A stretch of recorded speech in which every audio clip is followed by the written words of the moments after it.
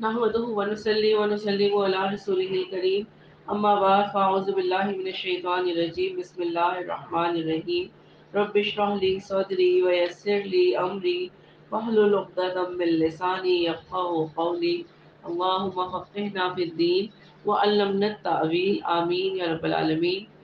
پارہ نمبر 15 رکو نمبر 11 کی تلاوت سنتے ہیں اور سورہ بنی اسرائیل کی آیت نمبر 98 نصف کے بعد سے اگلی آیت آیت نمبر 98 سے تلاوت سنتے ہیں۔ ذلك جزاؤهم بأنهم كفروا بآياتنا وقالوا أئذا كنا عظاما ورفاتا أئنا لمبعوثون خلقا جديدا أولم يروا أن الله الذي خلق السماوات والأرض قادر على أن يخلق مثلهم وجعل لهم أجلا لا ريب فيه فأبى الظالمون إلا كفورا قل لو أنتم تملكون خزائن رحمة ربي إذا لأمسكتم خشية الإنفاق وكان الإنسان قتورا ولقد آتينا موسى 9 آيات بينات فاسأل بني إسرائيل إذ جاءهم فقال له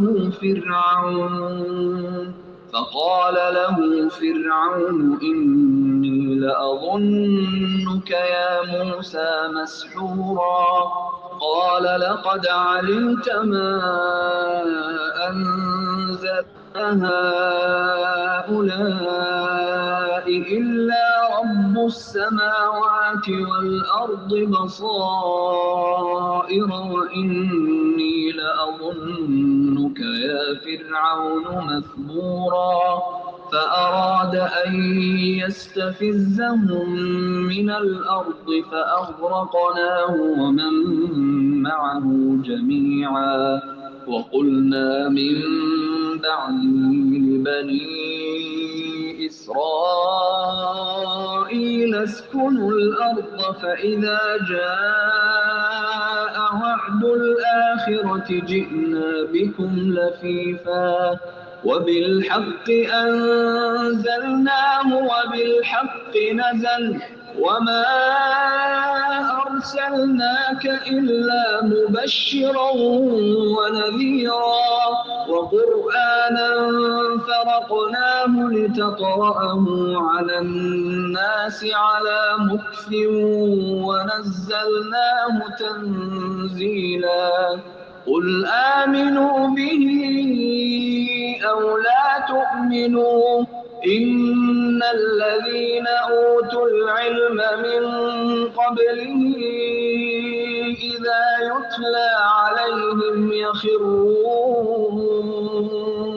يخرون للأذقان سجدا ويقولون سبحان ربنا إن كان وعد ربنا لمفعولا ويخرون للأذقان يبكون ويزيدهم خشوعا۔ آیت سجدہ ہے جو پڑھنے اور سننے والے کے لیے واجب ہے۔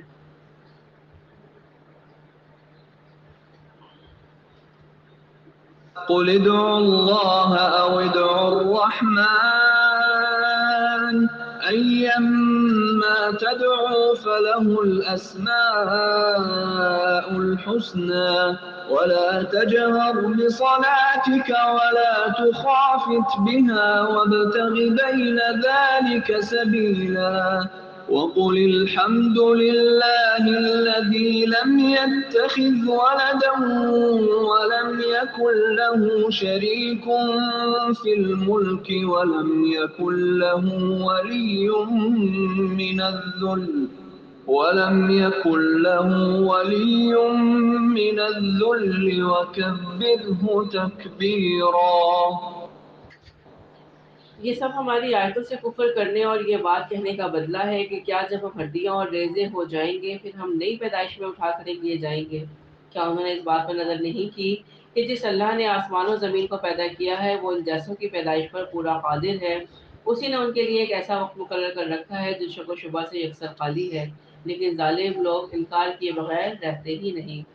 کہہ دیجئے کہ اگر بالفرض تم میرے رب کی رحمتوں کے خزانوں کے مالک بن جاؤ تو تم اس وقت بھی ان کے خرچ ہو جانے کے خوف سے ان کو روکے رکھتے، اور انسان ہے ہی تنگ دل۔ ہم نے موسیٰ کو 9 معجزے عطا کیے، بالکل صاف صاف عطا فرمائے، جو خود بنی اسرائیل سے پوچھ لیں۔ آپ خود بنی اسرائیل سے پوچھ لیں کہ وہ جب ان کے پاس پہنچے تو فرعون بولا کہ اے موسیٰ، میرے خیال میں تجھ پر جادو کیا گیا ہے۔ وہ کون سے 9 معجزے تھے؟ ایک ہاتھ کا سفید ہونا، لاٹھی کا سانپ بن جانا، قحط سالی، پھلوں کا نقصان، طوفان، جرات جسے ٹڈی دل کہتے ہیں، فقمل، کھٹمل یا جوئیں، اور صفادی، مینڈک اور خون۔ امام بصری فرماتے ہیں کہ قحط سالی اور نقص سے مراد ایک ہی چیز ہے۔ 9واں معجزہ لاٹھی کا جادوگروں کا شبدہ بازی کو نگل جانا تھا، اور اس کے علاوہ بھی کئی معجزے تھے، جیسے پتھر سے بالا چشمی ظاہر ہونا، بادلوں کا سایہ ہونا اور من اور سلوا اترنا۔ یہ سارے معجزات اللہ تعالیٰ نے بنی اسرائیل کو عطا کیے۔ تو انہوں نے کیا کہا ان سب کو دیکھنے کے بعد کہ تجھ پر جادو کیا گیا ہے؟ موسیٰ نے جواب دیا کہ یہ تو تجھے علم ہو چکا کہ آسمان و زمین کے پروردگار ہی نے یہ معجزے دکھانے اور سمجھانے کو نازل فرمائے ہیں۔ اے فرعون، میں تو سمجھ رہا ہوں کہ تو یقیناً ہلاکت زدہ ہے، یعنی اب تو کو یقین نہیں آ رہا تو ہلاکت تمہارا مقدر بن چکی ہے۔ آخر فرعون نے پختہ ارادہ کر لیا کہ انہیں زمین سے ہی اکھیڑ دے، تو ہم نے خود اسے اور اس کے تمام ساتھیوں کو غرق کر دیا۔ اس کے بعد ہم نے بنی اسرائیل سے فرما دیا کہ اس سرزمین پر تم رہو سہو، ہاں جب آخرت کا وعدہ آئے گا ہم تم سب کو سمیٹ کر لے آئیں گے۔ ہم نے اس قرآن کو حق کے ساتھ اتارا اور یہ بھی حق کے ساتھ اترا۔ ہم نے آپ کو صرف خوشخبری سنانے والا اور ڈرانے والا بنا کر بھیجا ہے، اور قرآن کو ہم نے تھوڑا تھوڑا کر کے اس لیے اتارا ہے کہ آپ اسے ٹھہر ٹھہر کر لوگوں کو سنائیں، اور ہم نے خود بھی اسے بتدریج نازل فرمایا۔ کہہ دیجئے کہ تم اس پر ایمان لاؤ یا نہ لاؤ، جنہیں اس سے پہلے علم دیا گیا ان کے پاس تو جب بھی اس کی تلاوت کی جاتی ہے تو وہ ٹھوڑیوں کے بل سجدے میں گر پڑتے ہیں اور کہتے ہیں کہ ہمارا رب پاک ہے، ہمارے رب کا وعدہ بلا شک و شبہ پورا ہو کر ہی رہنے والا ہے۔ وہ اپنی ٹھوڑیوں کے بل روتے ہوئے سجدے میں گر پڑتے ہیں، اور یہ قرآن ان کی عاجزی اور خضوع اور خشوع کو اور بڑھا دیتا ہے۔ کہہ دیجئے کہ اللہ کو اللہ کہہ کر پکارو یا رحمان کہہ کر، جس نام سے بھی پکارو تمام اچھے نام اسی کے ہیں۔ نہ تو اپنی نماز بہت بلند آواز سے پڑھنا اور نہ ہی بالکل پوشیدہ، بلکہ اس کے درمیان کا راستہ تلاش کر۔ رکعت کے شان نزول میں ابن عباس فرماتے ہیں کہ مکے میں رسول اللہ صلی اللہ علیہ وسلم چھپ کر رہتے تھے، جب اپنے ساتھیوں کو نماز پڑھاتے تو قدر بلند آواز فرما لیتے، مشرکین قرآن سن کر قرآن کو اور اللہ کو سب و شکل کرتے۔ اللہ نے فرمایا کہ اپنی آواز کو اتنا اونچا نہ کرو کہ مشرکین سن کر قرآن کو برا بھلا کہیں، اور نہ ہی اتنی آواز پست کرو کہ صحابہ کرام ہی نہ سن سکے۔ اور خود نبی کریم صلی اللہ علیہ وسلم کا واقعہ ہے کہ ایک رات نبی کریم صلی اللہ علیہ وسلم کا گزر ابو بکر صدیق رضی اللہ عنہ کے پاس سے ہوا تو دیکھا کہ وہ پست آواز سے قرات کر رہی ہیں۔ پھر عمر رضی اللہ عنہ کا دیکھنے کا اتفاق ہوا تو وہ اونچی آواز سے قرات کر رہے تھے۔ آپ صلی اللہ علیہ وسلم نے دونوں سے پوچھا تو ابو بکر صدیق رضی اللہ عنہ نے فرمایا کہ میں جس سے مصروف مناجات تھا وہ میری آواز سن رہا تھا، یعنی میری خاموشی والی آواز کو بھی وہ سن سکتا ہے۔ عمر رضی اللہ عنہ نے جواب دیا کہ میرا مقصد سوتوں کو جگانا اور شیطان کو بھگانا تھا۔ تو آپ نے صدیق اکبر رضی اللہ عنہ سے فرمایا کہ اپنی آواز قدرے بلند کرو، اور عمر رضی اللہ عنہ سے فرمایا کہ اپنی آواز کو کچھ پست رکھو۔ حضرت عائشہ فرماتی ہے کہ یہ آیت دعا کے بارے میں نازل ہوئی ہے۔ صلاۃ سے مراد دعا ہے جو درمیانی آواز سے مانگی جائے، نہ ہی آواز زیادہ اونچی ہو اور نہ ہی آواز بہت پست ہو۔ اللہ عالم بالصواب۔ اللہ تعالیٰ کو پکارنا ہے، چاہے نماز ہو چاہے دعا ہو۔ اللہ نے بتا دیا کہ درمیان کا راستہ اختیار کرنا ہے، اور کہہ دیجئے کہ تمام تعریف اللہ ہی کے لیے ہے جو نہ اولاد رکھتا ہے اور نہ ہی بادشاہت میں کسی کو شریک و ساجی رکھتا ہے، نہ وہ کمزور ہے کہ کوئی اس کا حمایتی ہو، اور تو اس کی پوری پوری بڑائی بیان کرتا رہے۔ الحمدللہ بنی اسرائیل مکمل ہوئی۔ سورہ کہف کا آغاز کرتے ہیں۔ کہف کے معنی غار کے ہیں۔ اس میں اصحاب کہف کا واقعہ بیان کیا گیا، اس لیے اس کا نام سورہ کہف رکھا گیا۔ اس کی ابتدائی 10 آیات اور آخر 10 آیات کی فضیلت احادیث میں بیان کی گئی ہے کہ جو ان کو یاد کرے گا، انہیں پڑھے گا، وہ فتنہ دجال سے محفوظ رہے گا۔ اور جو اس کی تلاوت جمعے کے دن کرے گا تو آئندہ جمعے تک اس کے لیے خاص نور کی روشنی رہے گی، اور اس کے پڑھنے سے گھر میں سکینت اور برکت نازل ہوتی ہے۔ ایک مرتبہ ایک صحابی نے سورہ کہف پڑھی، گھر میں گھوڑا بھی تھا، وہ بتکنا شروع ہو گیا۔ انہوں نے غور سے اوپر کی طرف دیکھا کہ کیا بات ہے، تو انہیں بادل کا ایک ٹکڑا نظر آیا جس نے انہیں ڈھانپ رکھا تھا۔ صحابی نے اس واقعے کا ذکر جب نبی کریم صلی اللہ علیہ وسلم سے کیا تو آپ نے فرمایا قرآن پڑھا کرو، قرآن پڑھتے وقت سکینت نازل ہوتی ہے۔ تو اللہ تعالیٰ ہمیں بھی کثرت سے تلاوت قرآن پاک کی توفیق عطا فرمائے۔ سورہ کہف کے پہلے رکوع کی تلاوت سنتے ہیں اور اس کو سمجھتے ہیں کہ اللہ تعالیٰ ہم سے اس کے ذریعے سے کیا خطاب فرما رہے ہیں۔ الله الرحمن الرحيم الحمد لله الذي أنزل على عبده الكتاب ولم يجعل له عوجا قيما لينذر بأسا شديدا من لدنه ويبشر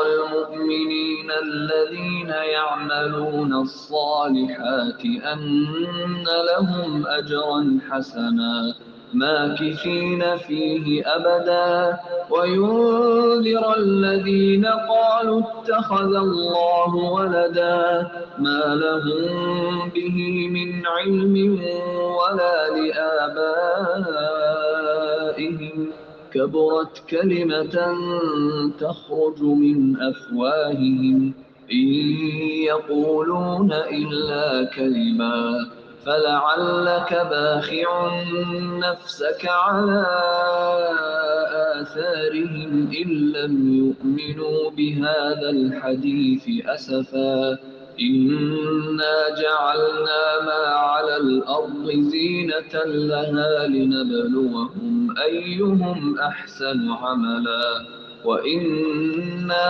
لجاعلون ما عليها صعيدا جرزا أم حسبت أن أصحاب الكهف والرقيم كانوا من آياتنا عجبا إذ أوى الفتية إلى الكهف فقالوا ربنا آتنا من لدنك رحمة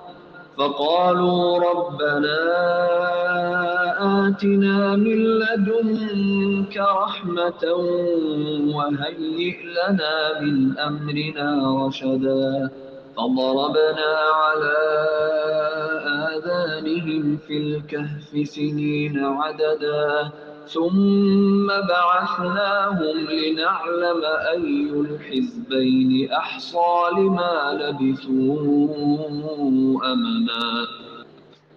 شروع اللہ کے نام سے جو بہت مہربان نہایت رحم والا ہے۔ تمام تعریفیں اسی اللہ کے لائق ہیں جس نے اپنے بندے پر یہ قرآن اتارا اور اس میں کسی قسم کی کوئی کجی نہیں رکھی، بلکہ تمام ٹھیک ٹھاک رکھا تاکہ اسے اپنے پاس کی سخت سزا سے ہوشیار کر دے اور ایمان لانے اور نیک عمل کرنے والوں کو خوشخبریاں سنا دے، اور ان کے لیے بہترین بدلہ ہے جس میں وہ ہمیشہ ہمیشہ رہیں گے۔ اور ان لوگوں کو بھی ڈرا دے جو کہتے ہیں کہ اللہ اولاد رکھتا ہے، نعوذ باللہ، در حقیقت نہ تو خود انہیں اس کا علم ہے اور نہ ہی ان کے باپ دادوں کو۔ یہ تہمت بڑی بری ہے جو ان کے منہ سے نکل رہی ہے، وہ نرا جھوٹ بک رہے ہیں۔ بس اگر یہ لوگ اس بات پر ایمان نہ لائیں تو کیا آپ ان کے پیچھے سے دج میں اپنی جان ہلاک کر ڈالیں گے؟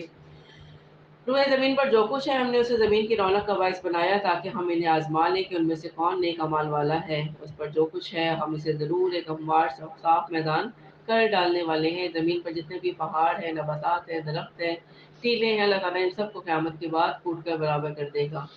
کیا تو اپنے خیال میں غار اور قبضے والوں کو ہماری نشانی میں سے کوئی بہت عجیب نشانی سمجھ رہا ہے؟ یعنی یہ واحد بڑی اور عجیب نشانی نہیں بلکہ ہماری ہر نشانی ہی عجیب ہے۔ یہ آسمان و زمین کی پیدائش اور اس کا نظام، شمس و قمر، چاند ستاروں کی تسخیر، رات اور دن کا آنا جانا اور دیگر بے شمار نشانیاں کیا کم تعجب والی ہیں کہ تم اس بات کو لے کر زیادہ بڑی نشانی سے سمجھ رہے ہو؟ جب ان چند نوجوانوں نے جب غار میں پناہ لی تو دعا کی کہ ہمارے پروردگار ہمیں اپنے پاس سے رحمت عطا فرما اور ہمارے کام میں ہمارے لیے راہ یابی کو آسان فرما دے۔ بس ہم نے ان کے کانوں پر گنتی کے کئی سال تک اسی غار میں پردے ڈال دیے، پھر ہم نے انہیں اٹھا کھڑا کیا تاکہ ہم یہ معلوم کر لیں کہ دونوں گروہوں میں سے اس انتہائی مدت کو جو انہوں نے گزاری کس نے خوب یاد رکھا ہوا ہے۔ تو یہی وہ نوجوان ہیں جنہیں اصحاب کہف کہا گیا ہے۔ اس کی تفصیل ابھی آگے آئے گی۔ جنہوں نے اپنے دین کو بچانے کے لیے غار میں پناہ لی تو یہ دعا مانگی کہ اللہ تعالیٰ ہمارے لیے کوئی سیدھا راستہ منتخب کر دے۔ اصحاب کہف کے اس قصے میں نوجوانوں کے لیے بڑا سبق ہے۔ آج کل کے نوجوان کا بیشتر حصہ فضولیات میں برباد ہو رہا ہے اور اللہ کی طرف توجہ نہیں ہے۔ تو جو نوجوان یہ بھی تھے لیکن جنہوں نے اپنے دین کی حفاظت کی خاطر اپنے ارد گرد کے ماحول کو چھوڑ کر ایک غار میں پناہ لے لی اور اللہ تعالیٰ نے انہیں معجزے کے طور پر 309 سال تک سلائے رکھا اور اس ظالم بادشاہ کے جبر سے حفاظت عطا فرمائی۔ نحن نقص عليك نبأهم بالحق إنهم فتية آمنوا بربهم وزدناهم هدى وربطنا على قلوبهم إذ قاموا فقالوا ربنا رب السماوات والأرض لن ندعو من دونه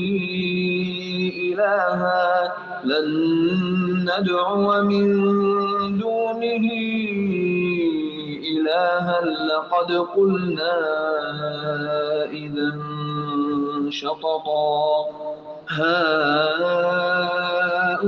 هؤلاء قومنا اتخذوا من دونه آلهة لولا يأتون عليهم بسلطان بين فمن أظلم ممن افترى على الله كذبا وإذ اعتزلتموهم وما يعبدون إلا الله فأووا إلى الكهف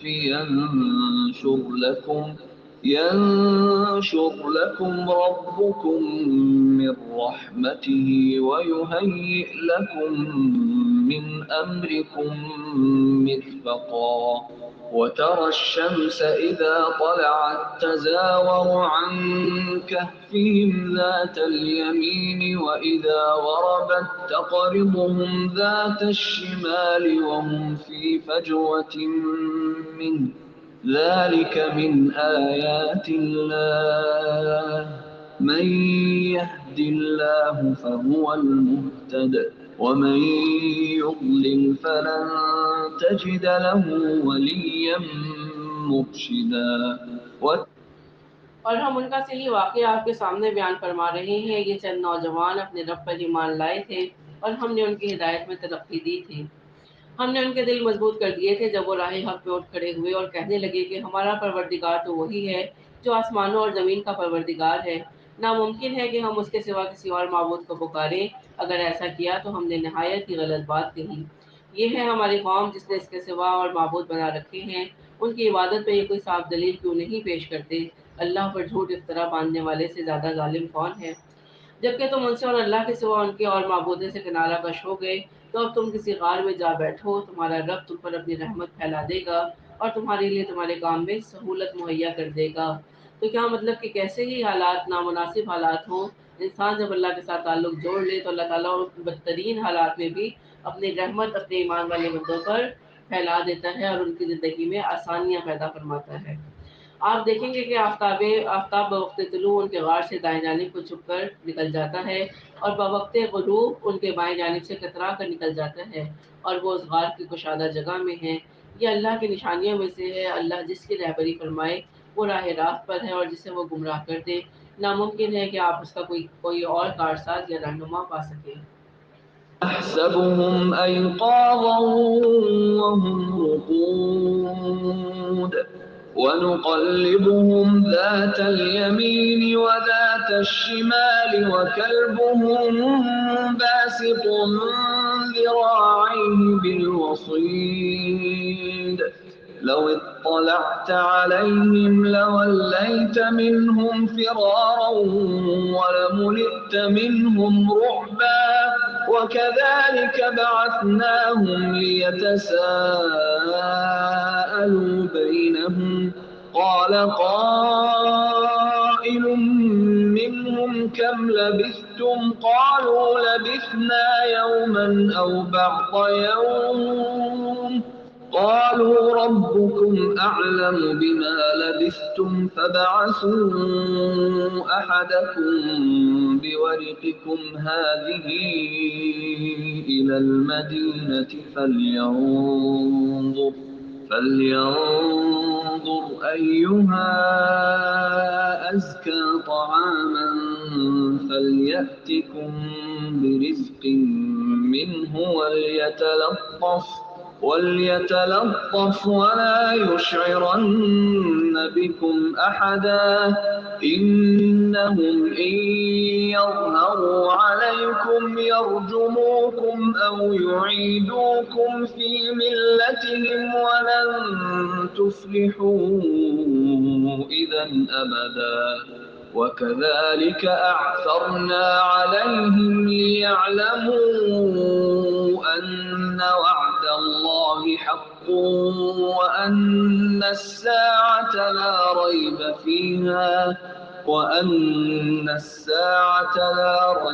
فيها إذ يتنازعون بينهم أمرهم فقالوا ابنوا عليهم بنيانا ربهم أعلم بهم قال الذين غلبوا على أمرهم لنتخذن عليهم مسجدا سيقولون ثلاثة رابعهم كلبهم ويقولون خمسة سادسهم كلبهم رجما بالغيب ويقولون سبعة وثامنهم كلبهم قل ربي أعلم بعدتهم ما يعلمهم إلا قليل فلا تمار فيهم إلا مراء ظاهرا ولا تستفت فيهم منهم أحدا. آپ خیال کریں گے کہ وہ بیدار ہیں حالانکہ وہ سوئے ہوئے ہیں. ہم خود ہی دائیں بائیں ان کی کروٹیں بدلتے رہتے ہیں. ان کا کتا بھی چوکھٹ پر اپنے ہاتھ پھیلائے ہوئے ہے. اگر آپ ان پر جھانکیں تو ضرور بھاگتے ہوئے ان سے پیٹ پھیر لیں اور ضرور ان کے خوف سے بھر دیے جائیں. اسی طرح ہم نے انہیں جگا کر اٹھا دیا کہ آپس میں پوچھ گچھ کر لیں. ایک کہنے والے نے کہا کیوں بھائی تم کتنی دیر ٹھہرے رہے؟ انہوں نے جواب دیا کہ 1 دن یا 1 دن سے بھی کم. کہنے لگے تمہارے ٹھہرے رہنے کا بخوبی علم اللہ ہی کو ہے. اب تو تم اپنے میں سے کسی ایک کو یہ چاندی کے سکے دے کر شہر بھیجو. وہ خوب دیکھ بھالتی کہ شہر کا کون سا کھانا پاکیزہ تر ہے. پھر اسی میں سے تمہارے کھانے کے لیے لے آئے اور وہ بہت احتیاط اور نرمی برتے اور کسی کو تمہاری خبر نہ ہونے دے. اگر یہ کافر تم پر غلبہ پالیں گے تو تمہیں سنسار کر دیں گے یا تمہیں اپنے دین پر لوٹا دیں گے اور پھر اس وقت تم کبھی بھی ہرگز فلاح نہیں پاؤ گے. تو اللہ تعالیٰ نے فرمایا کہ جب اللہ کی مشیت ہوئی تو اللہ نے سلا دیا اور جب اس کا حکم ہوا تو وہ جاگ گئے اور انہیں یوں ہی لگا کہ وہ کچھ وقت کے لیے ہی سوئے ہیں. یہ بالکل وہی منظر ہے جیسا کہ ہم مرنے کے بعد دوبارہ اٹھنے کا تصور کرتے ہیں. اللہ تعالیٰ نے جو بتا دیا کہ دن لگے گا کہ دن کے کچھ حصہ سوئے رہے. اور کچھ مفسرین کہتے ہیں کہ جب وہ گئے غار میں داخل ہوئے تو صبح کا پہر تھا اور جب بیدار ہوئے تو دن کا آخری پہر تھا. یوں انہیں لگا کہ شاید وہ صرف ایک شام تک ایک پہر ہی سوئے ہیں. اور دوسری کیا ان کی خوبی بیان کی کہ وہ اللہ پہ یقین کرنے والے اپنی خوراک کا بھی خیال کرتے ہیں. انہوں نے کیا کہا کہ جو پاکیزہ ہے وہ کھانا تلاش کر کے لے کے آؤ اور کوشش کرو کہ علاقے کے لوگ تمہیں جان نہ لیں کیونکہ کافر قوم ہے, کافر بادشاہ ہے. تو اگر وہ تمہیں پکڑ لیں گے تو یہ تو یا تو تمہیں سنسار کر لیں گے یا اپنے دین پر دوبارہ پھیر لیں گے. وَكَذَلِكَ أَعْثَرْنَا عَلَيْهِمْ لِيَعْلَمُوا أَنَّ وَعْدَ اللَّهِ حَقٌّ. اور ہم نے اس طرح لوگوں کو ان کے حال سے آگاہ کر دیا کہ وہ جان لیں کہ اللہ کا وعدہ بالکل سچا ہے. یعنی جس طرح ہم نے انہیں سلایا اور جگایا اسی طرح ہم نے لوگوں کو ان کے حال سے آگاہ کر دیا. اور یہ آگاہی اس طرح ہوئی کہ جب اصحاب کہف کا ایک ساتھی چاندی کا وہ سکہ جو اس کی جیب میں پڑا تھا وہ شہر لے کر گیا تو جو 300 سال پہلے کے بادشاہ دقیانوس کے زمانے کا تھا. جب وہ سکہ اس نے ایک دکاندار کو دیا تو وہ حیران ہوا. اس نے ساتھ کے دکان والے کو دکھایا, وہ بھی دیکھ کر حیران ہوا. جبکہ اصحاب کہف کا ایک ساتھی کہتا رہا کہ میں اسی شہر کا باشندہ ہوں, کل ہی یہاں سے گیا ہوں, لیکن اس کل کو 3 صدیاں گزر چکی تھیں. لوگ کس طرح اس کی بات مان لیتے, لیکن چونکہ جو بندہ غار سے گیا تھا اس کو اس بات کا اندازہ نہیں تھا کہ وہ کتنے عرصے سے غار کے اندر ہے. لوگوں کو یہ شک گزرا کہ کہیں اس شخص کو کوئی مدفون خزانہ ملا ہے. تو بات بادشاہ یا حاکم مجاز تک پہنچی اور اس کے ساتھی کی مدد سے وہ غار تک پہنچا اور اصحاب کہف سے سب نے ملاقات کی. اس کے بعد اللہ تعالیٰ نے انہیں وفات دے دی. تو اللہ تعالیٰ نے کیا فرمایا؟ تاکہ لوگ جان لیں کہ اللہ کا وعدہ سچا ہے اور قیامت کے آنے میں کوئی شک اور شبہ نہیں ہے۔ جس طرح اب انہیں 309 سال کے بعد اٹھایا گیا، اس طرح انسان کو مرنے کے بعد دوبارہ اٹھایا جائے گا، اس بات میں کوئی شک نہیں ہے۔ یہ اللہ کا بالکل سچا وعدہ ہے۔ جبکہ وہ امر میں آپس میں اختلاف کر رہے تھے، کہنے لگے کہ ان کے غار پر ایک عمارت بنا لو، ان کا رب ہی ان کے حال کا زیادہ عالم ہے۔ جن لوگوں نے ان کے بارے میں غلبہ پایا وہ کہنے لگے ہم تو ان کے غار پر مسجد بنا دیں گے۔ کچھ لوگ تو کہیں گے کہ اصحاب کہف 3 تھے اور چوتھا ان کا کتا تھا، کچھ کہیں گے کہ 5 تھے اور چھٹا ان کا کتا تھا۔ غیب کی باتوں میں اٹکل کے تیر کتے چلاتے ہیں۔ کچھ کہیں گے کہ وہ 7 ہیں اور 8واں ان کا کتا تھا۔ آپ کہہ دیجیے کہ میرا پروردگار ان کی تعداد کو بخوبی جاننے والا ہے، انہیں بہت ہی کم لوگ جانتے ہیں۔ بس آپ ان کے مقدمے میں صرف سرسری گفتگو ہی کریں اور ان میں سے کسی سے ان کے بارے میں پوچھ گچھ بھی نہ کریں۔ ولا تقولن لشيء إني فاعل ذلك غدا إلا أن يشاء الله واذكر ربك إذا نسيت وقل عسى أن يهديني ربي لأقرب من هذا رشدا ولبثوا في كهفهم 300 سنين وازدادوا 9 قل الله أعلم بما لبثوا له غيب السماوات والأرض أبصر به وأسمع ما لهم من دونه من ولي ولا يشرك في حكمه أحدا واتل ما أوحي إليك من كتاب ربك لا مبدل لكلماته ولن تجد من دونه ملتحدا واصبر نفسك مع الذين يدعون ربهم بالغداة والعشي يريدون وجهه ولا تعد عيناك عنهم تريد زينة الحياة الدنيا ولا تطع من أغفلنا قلبه عن ذكرنا واتبع هواه وكان أمره فرطا وقل الحق من ربكم فمن شاء فليؤمن ومن شاء فليكفر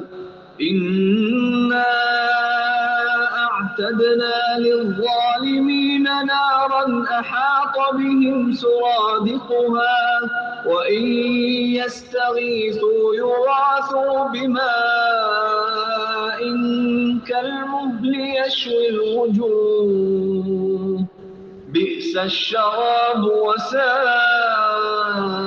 مرتفقا إن الذين آمنوا وعملوا الصالحات إنا لا نضيع أجر من أحسن عملا أولئك لهم جنات عدن تجري من تحتهم الأنهار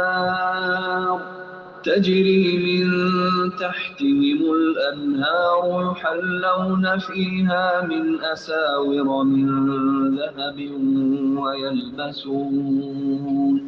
ويلبسون ثيابا خضرا من سندس وإستبرق متكئين فيها على الأرائك نعم الثواب وحسنت مرتفقا۔ اور ہرگز کسی کام پر یوں نہ کہنا کہ میں کل اسے کر دوں گا مگر ساتھ ہی انشاءاللہ کہہ لینا۔ مفسرین کہتے ہیں کہ یہودیوں نے نبی کریم صلی اللہ علیہ وآلہ وسلم سے 3 باتیں پوچھی تھی، روح کی حقیقت کیا ہے اور اصحاب کہف اور ذوالقرنین کون تھے۔ کہتے ہیں کہ یہی سوالات اس سورت کے نزول کا سبب بنے۔ نبی صلی اللہ علیہ وسلم نے فرمایا کہ میں تمہیں کل جواب دوں گا، لیکن اس کے بعد 15 دن تک جبریل وحی لے کر نہیں آئے۔ پھر جب آئے تو اللہ تعالیٰ نے انشاءاللہ کہنے کا یہ حکم دیا۔ آیت میں غد سے مراد مستقبل ہے، یعنی جب بھی مستقبل قریب یا بعید میں کوئی کام کرنے کا عزم کرو تو انشاءاللہ ضرور کہا کرو، کیونکہ انسان کو پتہ نہیں کہ وہ جس بات کے عزم ظاہر کر رہا ہے اس کی توفیق اسے اللہ کی مشیت سے ملنی ہے یا نہیں۔ اور اگر کلام یا وعدہ کرتے وقت انشاءاللہ کہنا بھول جاؤ تو جس وقت بھی یاد آ جائے انشاءاللہ کہہ لو، یا پھر رب کو یاد کرنے کا مطلب اس کی تسبیح و تحمید سے استغفار ہے۔ تو یہ بھول جانے کی وجہ شیطان ہے، اللہ کے ذکر سے شیطان بھلا دیتا ہے، اور جب بھی انسان کو جس وقت یاد آئے اسی وقت کہہ دیں۔ فرض کریں اگر آپ نے آج کوئی بات کی اور آپ نے انشاءاللہ نہیں کہا، شام کو آپ کو کسی وقت خیال آئے کہ مجھے کہنا چاہیے تھا، تو آپ اسی وقت کہہ دیں تو وہ آپ کا اجر لکھ لیا جائے گا۔ تو اللہ تعالیٰ نے فرمایا کہ ساتھ ہی انشاءاللہ کہہ لینا، اور جب بھی بھولے اپنے پروردگار کو یاد کر لینا اور کہتے رہنا کہ مجھے پوری امید ہے کہ میرا رب مجھے اس سے بھی زیادہ ہدایت کے قریب کی بات کی رہنمائی کرے گا۔ وہ لوگ اپنے غار میں 300 سال تک رہے اور 9 سال اور زیادہ گزارے، یعنی کل 309 ہوئے، اور آپ کہتے ہیں اللہ ہی ان کو ٹھہرے رہنے کی مدت کا اللہ ہی کو ان کے ٹھہرے رہنے کی مدت کا بخوبی علم ہے۔ آسمانوں اور زمین کا غیب صرف اسی کو حاصل ہے، کیا ہی خوب دیکھنے والا ہے اور وہ کیا ہی خوب سننے والا ہے۔ سوائے اللہ کے ان کا کوئی مددگار نہیں، اللہ اپنے حکم میں کسی کو شریک نہیں کرتا۔ آپ کی جانب جو آپ کے رب کی کتاب وحی کی گئی ہے اسے پڑھتے رہیں، اس کی باتوں کو کوئی بدلنے والا نہیں، تو اس کے سوا ہرگز کوئی پناہ کی جگہ نہ پائے گا۔ اور اپنے آپ کو ان لوگوں کے ساتھ رکھیں جو اپنے رب پروردگار کو صبح و شام پکارتے ہیں، اس کی رضامندی اور خوشنودی چاہتے ہیں۔ خبردار آپ کی نگاہیں ان سے نہ ہٹنے پائیں کہ دنیاوی زندگی کے ٹھاٹ کے ارادے میں لگ جائیں۔ تو یہ وہی حکم ہے جو اس سے قبل سورہ انعام میں گزر چکا ہے۔ مراد ان سے وہ صحابہ کرام ہیں جو غریب اور کمزور تھے اور جن کے ساتھ بیٹھنا اشراف قریش کو گوارا نہ تھا۔ سعد بن نبی وقاص رضی اللہ عنہ فرماتے ہیں کہ ہم 6 آدمی نبی کریم صلی اللہ علیہ وسلم کے ساتھ تھے، میرے علاوہ بلال، ابن مسعود، ایک حذیفہ قبیلے کا صحابی اور 2 صحابہ اور تھے۔ قریش مکہ نے خواہش ظاہر کی کہ ان لوگوں کو اپنے پاس سے ہٹا دو تو ہم آپ کی خدمت میں حاضر ہو کر آپ کی بات سنیں گے۔ نبی کریم صلی اللہ علیہ وسلم کے دل میں یہ خیال آیا کہ چلو شاید میری بات سننے سے ان کے دلوں کی دنیا بدل جائے، لیکن اللہ تعالیٰ نے سختی کے ساتھ ایسا کرنے سے منع فرما دیا۔ تو اللہ تعالیٰ نے کیا فرمایا کہ آپ کی دنیاوی زندگی کے ٹھاٹ کے ارادے میں لگ جائیں، دیکھیں کہ اس کا کہنا نہ ماننا جس کے دل کو ہم نے اپنے جگر سے غافل کر دیا ہے، اور جو اپنے خواہش کے پیچھے پڑا ہوا ہے اور جس کا کام حد سے گزر چکا ہے، اور اعلان کر دے کہ یہ سراسر برحق قرآن تمہارے رب کی طرف سے ہے، اب جو چاہے ایمان لائے اور جو چاہے کفر کرے۔ ظالموں کے لیے ہم نے وہ آگ تیار کر رکھی ہے جس کی قناتیں انہیں گھیر لیں گی، اگر وہ فریاد رسی چاہیں گے تو ان کی فریاد رسی اس پانی سے کی جائے گی جو تیل کی تلچھٹ جیسا ہوگا، جو چہرے بھون دے گا۔ بڑا ہی برا پانی ہے اور بڑی بری آرام گاہ یعنی دوزخ۔ اللہم اجرنا من النار، آمین۔ یقیناً جو لوگ ایمان لائے اور نیک اعمال کریں تو ہم کسی نیک عمل کرنے والے کا ثواب ضائع نہیں کرتے۔ ان کے لیے ہمیشگی والی جنتیں ہیں جن کے نیچے نہریں جاری ہوں گی، وہاں ان کو سونے کے کنگن پہنائے جائیں گے اور وہ سبز رنگ کے نرم و باریک اور موٹے ریشم کے لباس پہنیں گے۔ وہاں تختوں کے اوپر تکیہ لگائے ہوں گے، کیا خوب بدلہ ہے اور کس قدر عمدہ آرام گاہ ہے۔ اللہم انا نسألک الجنۃ الفردوس، آمین یا رب العالمین۔ واضرب لهم مثل الرجلين جعلنا لأحدهما جنتين من أعناب وحففناهما بنخل وجعلنا بينهما زرعا كلتا الجنتين آتت أكلها ولم تظلم منه شيئا وفجرنا خلالهما نهرا وكان له ثمر فقال لصاحبه وهو يحاوره أنا أكثر منك مالا وأعز نفرا ودخل جنته وهو ظالم لنفسه قال ما أظن أن تبيد هذه أبدا وما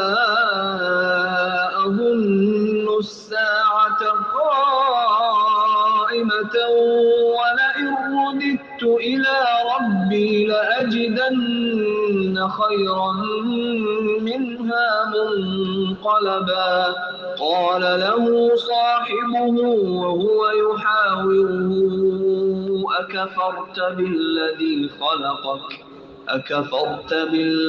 خلقك من تراب ثم من نطفة ثم سواك رجلا لكن هو الله ربي ولا أشرك بربي أحدا ولولا إذ دخلت جنتك قلت ما شاء الله لا قوة إلا بالله إن ترني أنا أقل منك مالا وولدا فعسى ربي أن يؤتيني خيرا من جنتك ويرسل عليها حسبانا من السماء فتصبح صعيدا زلقا أو يصبح ماؤها غورا فلن تستطيع له طلبا وأحيط بثمره فأصبح يقلب كفيه على ما أنفق فيها وهي خاوية على عروشها ويقول يا ليتني لم أشرك بربي أحدا ولم تكن له فئة ينصرونه من دون الله وما كان منتصرا هنالك الولاية لله الحق هو خير ثوابا وخير عقبا۔ اور انہیں ان دو شخصوں کا حال بھی سنا دے جن میں سے ایک کو ہم نے 2 باغ انگوروں کے دے رکھے تھے اور جنہیں کھجوروں کے درختوں سے ہم نے گھیر رکھا تھا اور دونوں کے درمیان ہم نے کھیتی بھی لگا رکھی تھی۔ دونوں باغ اپنا پھل خوب لائے اور اس میں سے کسی طرح کی کمی نہ کی۔ ہم نے ان باغوں کے درمیان نہر بھی جاری کر رکھی تھی، الغرض اس کے پاس میوے تھے۔ ایک دن اس نے باتوں ہی باتوں میں اپنے ساتھی سے کہا کہ میں تجھ سے زیادہ مالدار ہوں اور جتھے کے اعتبار سے بھی زیادہ مضبوط ہوں۔ اور وہ اپنے باغ میں گیا اور تھا بھی اپنی جان پر ظلم کرنے والا یعنی تکبر کرنے والا۔ کہنے لگا کہ میں خیال نہیں کر سکتا کہ کسی وقت بھی یہ برباد ہو جائے اور نہ میں قیامت قائم ہونے والا خیال کرتا ہوں، اور اگر بالفرض میں اپنے رب کی طرف لوٹایا بھی کیا، یعنی پہلا عقیدہ کیا ہے کہ قیامت قائم ہی نہیں ہوگی، اس باغ کی نعمت کو کوئی زوال نہیں آئے گا، اور اگر بالفرض قیامت قائم ہوئی یا میری موت آئی اور میں لوٹایا گیا تو یقیناً میں اس لوٹنے کی جگہ اس سے بھی زیادہ بہتر پاؤں گا۔ یہ بالکل یہ وہی عقیدہ ہے جو آج کل بھی لوگوں کا ہے کہ جن کے پاس مال و دولت اور ثروت زیادہ ہے وہ سمجھتے ہیں ہم اللہ کے بڑے چہیتے ہیں، چاہے وہ ایمان سے بالکل ہی خالی کیوں نہ ہو۔ اسی لیے یہ سورہ کہف جو ہے نا، یہ ہر دور کے انسانوں کے لیے بہترین نمونہ ہے، اور دجالی دور میں جب ہر کوئی مال و دولت والا ہوگا اور خاص طور پر انہی لوگوں کے ہاتھ میں دولت زیادہ ہوگی جو ایمان سے دور ہوں گے، تو وہ کیا سمجھیں گے کہ دنیا میں ہی ہمیں سب کچھ ملا ہے، یہ دنیا تو ختم ہوگی ہی نہیں، اور اگر ہوئی بھی تو وہاں بھی ہمارے ساتھ اسی طرح اچھا صلہ دیا جائے گا جس طرح ہمیں دنیا میں دیا گیا۔ تو اس نے بھی کیا کہا کہ تو یقیناً میں اس لوٹنے کی جگہ اس سے بھی زیادہ بہتر پاؤں گا۔ اور اس کے ساتھی نے اس سے باتیں کرتے ہوئے کہا کیا تو اس ہستی کا انکار کرتا ہے جس نے تجھے مٹی سے پیدا کیا، پھر نطفے سے پھر تجھے پورا آدمی بنایا؟ لیکن میں تو یہ عقیدہ رکھتا ہوں کہ وہی اللہ میرا پروردگار ہے، میں اپنے رب کے ساتھ کسی کو شریک نہیں کروں گا۔ جب تو اپنے باغ میں داخل ہوا تو یہ کیوں نہ کہا کہ ماشاء اللہ لا قوت الا باللہ، اگر تو مجھے مال اور اولاد میں اپنے سے کم دیکھ رہا ہے تو بہت ممکن ہے کہ میرا رب مجھے تیرے اس باغ سے اور بہتر دے۔ تو اللہ کی نعمتوں کا شکر ادا کرنے کا طریقہ اللہ نے سکھایا ہے کہ باغ میں داخل ہوتے وقت جس نے سرکشی اور غرور کا اظہار کیا اسے چاہیے تھا کہ وہ یہ کہتا ماشاء اللہ لا قوت الا باللہ، یعنی جو کچھ ہوتا ہے اللہ کی مشیت سے ہوتا ہے، وہ چاہے تو اسے باقی رکھے، چاہے تو فنا کر دے۔ اسی لیے بعض سلف صالحین نے کہا کہ جس کو اپنا مال، اولاد یا حال اچھا لگے، یعنی آپ کو اپنا حال بھی اچھا لگ رہا ہے، اپنی اولاد سے رغبت ہو رہی ہے، تو وہ کہے ماشاء اللہ لا قوت الا باللہ۔ حدیث میں آتا ہے کہ جب تم میں سے کوئی شخص اپنے بھائی میں کوئی خوش کن چیز دیکھے تو اسے برکت کی دعا دے، کیونکہ نظر کا لگ جانا حق ہے۔ تو یہاں اس کو نظر تو نہیں لگی تھی، اس کا بڑا بول ہی اس کے آگے آ گیا، تو دوسرے بھائی نے اس کے کیا کہا، یہ آپ تفصیل سے جب معاملہ پڑھیں گے تفاسیر کی کتابوں میں تو پتہ چلے گا کہ دونوں بھائی تھے جن کو وراثت میں یہ حصہ ملا تھا۔ ایک نے اللہ کی راہ میں ہبہ کر دیا، سارا کچھ صدقہ کر دیا، اور ایک نے اس سے اپنا یہ باغ بنا لیا۔ تو جس کے پاس کچھ نہیں تھا اس نے کہا کہ بہت ممکن ہے کہ میرا رب مجھے تیرے اس باغ سے بھی بہتر دے اور اس پر آسمانی عذاب بھیج دے تو یہ چٹیل اور چکنا میدان بن جائے یا اس کا پانی نیچے اتر جائے اور تیرے بس میں نہ رہے کہ تو اسے ڈھونڈ لائے اور اس کے سارے پھل گھیر لیے جائیں۔ پس وہ اپنے اس خرچ پر جو اس نے کیا تھا ہاتھ ملنے لگا، یعنی جیسا اس نے مثال دی تھی کہ ہو سکتا ہے تمہارے باغ کے ساتھ ایسا ہو جائے، وہ ویسا ہو گیا۔ اور باغ تو آندھا الٹا پڑا تھا اور وہ شخص یہ کہہ رہا تھا کہ کاش میں اپنے رب کے ساتھ کسی کو شریک نہ کرتا۔ تو یہاں اس نے کس کو شریک کیا تھا؟ اپنے نفس کو شریک کر لیا تھا اس نے اللہ کے ساتھ، یہ میری محنت ہے اور میری وجہ سے ہی سب کچھ ہوا ہے۔ اللہ تعالیٰ فرماتے ہیں کہ اس کی حمایت میں کوئی جماعت نہ اٹھی کہ اللہ سے اس کا کوئی بچاؤ کرتی اور نہ ہی وہ خود بدلہ لینے والا بن سکا۔ یہیں سے ثابت ہے کہ اختیارات صرف اللہ برحقی کے لیے ہیں، وہ ثواب دینے اور انجام کے اعتبار سے بہت ہی بہتر ہے۔ واضرب لهم مثل الحياة الدنيا كماء أنزلناه من السماء فاختلط به نبات الأرض فأصبح هشيما تذروه الرياح وكان الله على كل شيء مقتدرا المال والبنون زينة الحياة الدنيا والباقيات الصالحات خير عند ربك ثوابا وخير أملا ويوم نسير الجبال وترى الأرض بارزة وحشرناهم فلم نغادر منهم أحدا وعرضوا على ربك صفا لقد جئتمونا كما خلقناكم أول مرة بل زعمتم أن لن نجعل لكم موعدا ووضع الكتاب فترى المجرمين مشفقين مما فيه ويقولون يا ويلتنا ما لهذا الكتاب لا يغادر صغيرة ولا كبيرة إلا أحصاها ووجدوا ما عملوا حاضرا ولا يظلم ربك أحدا۔ ان کے سامنے دنیا کی زندگی کی مثال بھی بیان کریں، جیسے پانی جسے ہم آسمان سے اتارتے ہیں، اس سے زمین کا سبزہ ملا جلا نکلا، پھر آخر کار وہ چورا چورا ہو جاتا ہے جسے ہوائیں اڑائے لیے پھرتی ہیں، اور اللہ ہر چیز پر قادر ہے۔ یعنی دنیا کی زندگی بھی ہوا کے جھونکے یا پانی کے بلبلے یا کھیتی ہی کی طرح ہے جو اپنے چند روزہ بہار دکھا کر فنا کے گھاٹ اتر جاتی ہے، اور یہ سارے تصورات اس ہستی کے ہاتھ میں ہے جو ہر چیز پر قادر ہے۔ مال اولاد تو دنیا ہی کی زینت ہے، اور ہاں البتہ باقی رہنے والی نیکیاں آپ کے رب کے نزدیک ارجو ثواب اور آئندہ کی اچھی توقع کے لحاظ سے بہت بہتر ہیں۔ اور جس دن ہم پہاڑوں کو چلائیں گے، یعنی قیامت کے دن جس دن پہاڑ ریزہ ریزہ ہو جائیں گے اور دھنکی ہوئی اون کی طرح اڑ جائیں گے، اور ہم زمین کو تو صاف کھلی ہوئی دیکھے گا اور تمام لوگوں کو ہم اکٹھا کریں گے، پھر ہم ان میں سے ایک کو بھی باقی نہ چھوڑیں گے، اور سب کے سب تیرے رب کے سامنے سب بستہ حاضر کیے جائیں گے۔ انہیں کہا جائے گا یقیناً تم ہمارے پاس اسی طرح آئے جس طرح ہم نے تمہیں پہلی مرتبہ پیدا کیا تھا، لیکن تم تو اسی خیال میں رہے کہ ہم ہرگز تمہارے لیے کوئی وعدے کا وقت مقرر نہیں کریں گے۔ یعنی انسان دنیا میں آ کے بھول گیا کہ اسے اپنے رب کے سامنے حاضر ہونا ہے، جس طرح وہ دنیا میں بھیجا گیا ہے اسی طرح اسے آخرت میں بھی دوبارہ زندہ کھڑا کیا جائے گا، اور نامہ اعمال سامنے رکھ دیے جائیں گے۔ پس تو مجرموں کو دیکھے گا کہ وہ اس کی تحریر سے خوفزدہ ہو رہے ہوں گے اور کہہ رہے ہوں گے کہ ہائے ہماری کمبختی، یہ کیسی کتاب ہے جس نے کوئی چھوٹا بڑا عمل شمار کیے بغیر نہیں چھوڑا، اور جو کچھ انہوں نے کیا تھا سب موجود پائیں گے، اور تیرا رب کسی پر ظلم و ستم نہیں کرے گا۔ یعنی کسی نے پلک چپڑنے کے برابر کوئی نیکی کی ہوگی یا گناہ کیا ہوگا، وہ سب کا سب اپنے نامہ اعمال میں موجود پائیں گے۔ وَإِذْ قُلْنَا لِلْمَلَائِكَةِ الملائكة اسجدوا لآدم فسجدوا إلا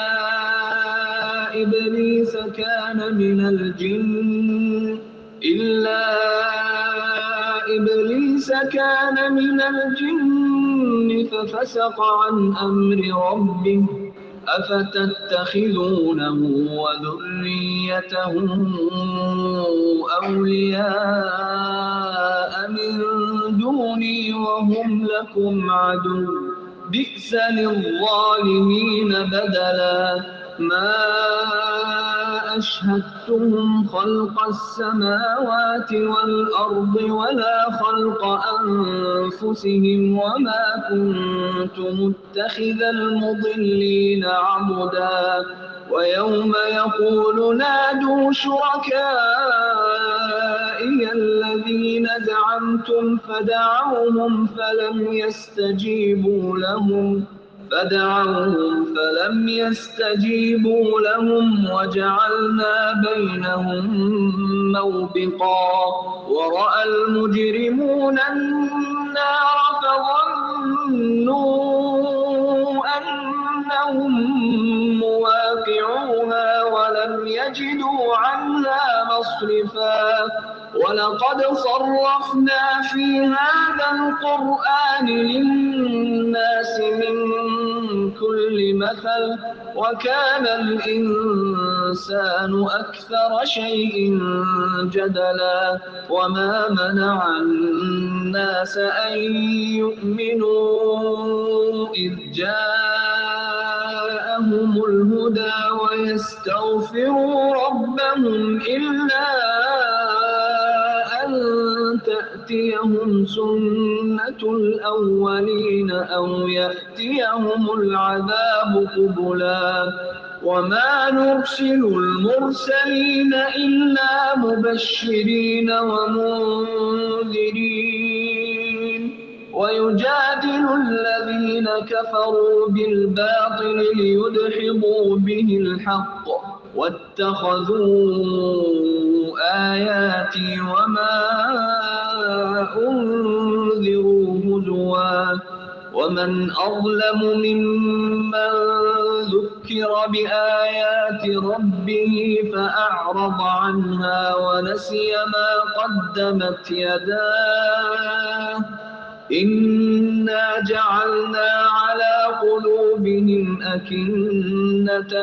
أن يفقهوه وفي آذانهم وقرا وإن تدعوهم إلى الهدى فلن يهتدوا إذا أبدا وربك الغفور ذو الرحمة لو يؤاخذهم بما كسبوا لعجل لهم العذاب بل لهم موعد لن يجدوا من دونه موئلا وتلك القرى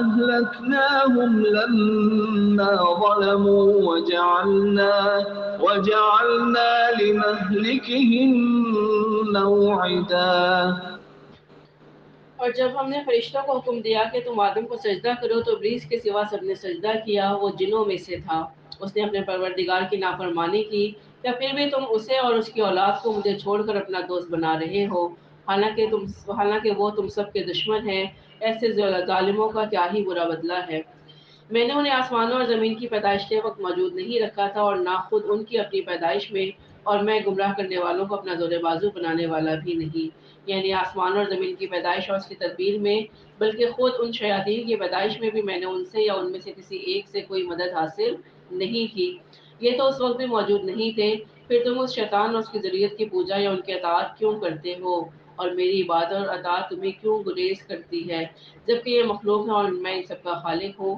اور میں ایسی قوم کو کیسے اپنا مددگار بنا لوں جبکہ یہ میرے بندوں کو گمراہ کر کے میری جنت اور میری رضا سے روکتے ہیں اور جس دن وہ فرمائے گا کہ تمہارے خیال میں جو میرے شریک تھے انہیں پکارو یہ پکاریں گے لیکن ان میں سے کوئی بھی جواب نہ دے گا ہم ان کے درمیان ہلاکت کا سامان کر دیں گے اور مجرم لوگ جہنم کو دیکھ کر سمجھ لیں گے کہ وہ اس میں جھونکے جانے والے ہیں لیکن اس سے بچنے کی جگہ نہیں پائیں گے ہم نے اس قرآن میں ہر طریقے سے تمام کی تمام مثالیں لوگوں کے لیے بیان کر دی ہیں، لیکن انسان تمام چیزوں سے زیادہ جھگڑالو ہے۔ لوگوں کے پاس ہدایت آ چکنے کے بعد انہیں ایمان لانے اور اپنے رب سے مغفرت طلب کرنے سے صرف اسی چیز نے روکا کہ اگلے لوگوں کا سا معاملہ انہیں بھی پیش آئے یا ان کے سامنے کھلم کھلا عذاب موجود ہو، یعنی وہی مطالبہ کہ ہمارے سامنے نشانیاں آ جائیں، وہ وعدہ آ جائے جس کا رسول کیا کرتے ہیں۔ ہم نے تو اپنے رسولوں کو صرف اسی لیے بھیجا کہ وہ خوشخبریاں سنا دیں اور ڈرائیں۔ کافر لوگ باطل کے سہارے جھگڑتے ہیں اور چاہتے ہیں کہ اس سے حق کو لڑکھڑا دیں۔ انہوں نے میری آیتوں کو اور جس چیز سے ڈرایا جائے اسے مذاق بنا لیا۔ اس سے بڑھ کر ظالم کون ہے جسے اس کے رب کی آیتوں سے نصیحت کی جائے وہ پھر بھی منہ موڑے رہے اور جو کچھ اس کے ہاتھوں نے آگے بھیج رکھا ہے اسے بھول جائے۔ بے شک ہم نے ان کے دلوں پر پردے ڈال دیے ہیں کہ وہ اسے نہ سمجھیں اور ان کے کانوں میں گرانی ہے۔ گو آپ انہیں ہدایت کی طرف بلاتے رہے لیکن وہ کبھی بھی ہدایت نہیں پائیں گے۔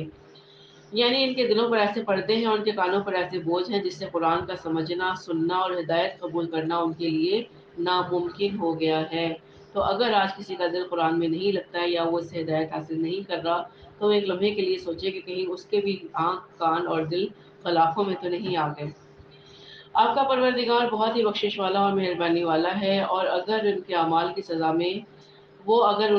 سزا میں پکڑے تو بے شک انہیں جلد ہی عذاب کر دے، بلکہ ان کے لیے وعدے کی گھڑی مقرر ہے جس سے وہ سرکنے کی ہرگز جگہ نہیں پائیں گے۔ یعنی اللہ تعالیٰ انسانوں کی گناہوں پر فوری طور پر پکڑ نہیں کرتا بلکہ مہلت دیتا رہتا ہے، اور جب وہ مہلت کا وقت پورا ہوتا ہے پھر نہ ہی وہ ایک لمحہ پیچھے ہٹ سکتے ہیں اور نہ ہی آگے بڑھ سکتے ہیں۔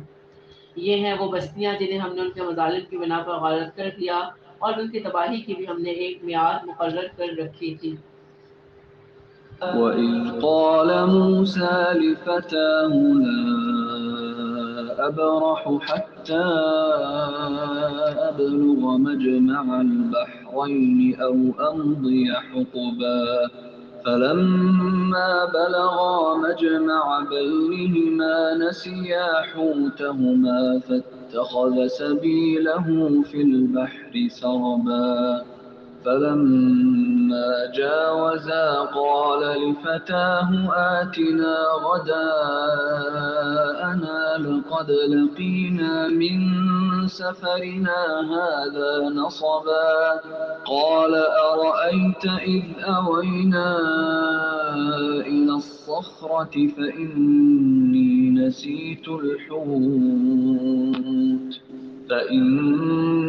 نسيت الحوت وما أنسانيه إلا الشيطان أن أذكره واتخذ سبيله في البحر عجبا قال ذلك ما كنا نبغي فارتدا على آثارهما قصصا فوجدا عبدا من عبادنا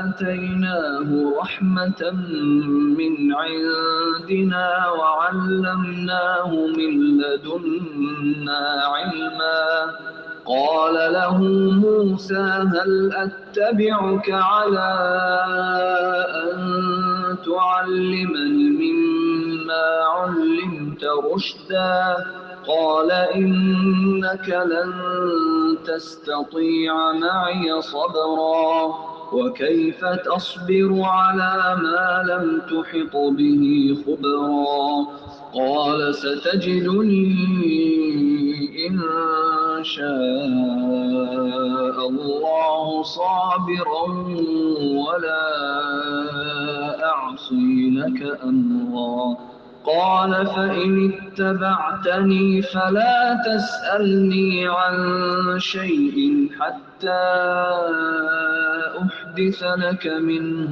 ذكرا فانطلقا حتى إذا ركبا في السفينة خرقها قال أخرقتها لتغرق أهلها لقد جئت شيئا إمرا قال ألم أقل إنك لن تستطيع معي صبرا قال لا تؤاخذني بما نسيت ولا ترهقني من أمري عسرا فانطلقا حتى إذا لقيا غلاما فقتله قال أقتلت نفسا زكية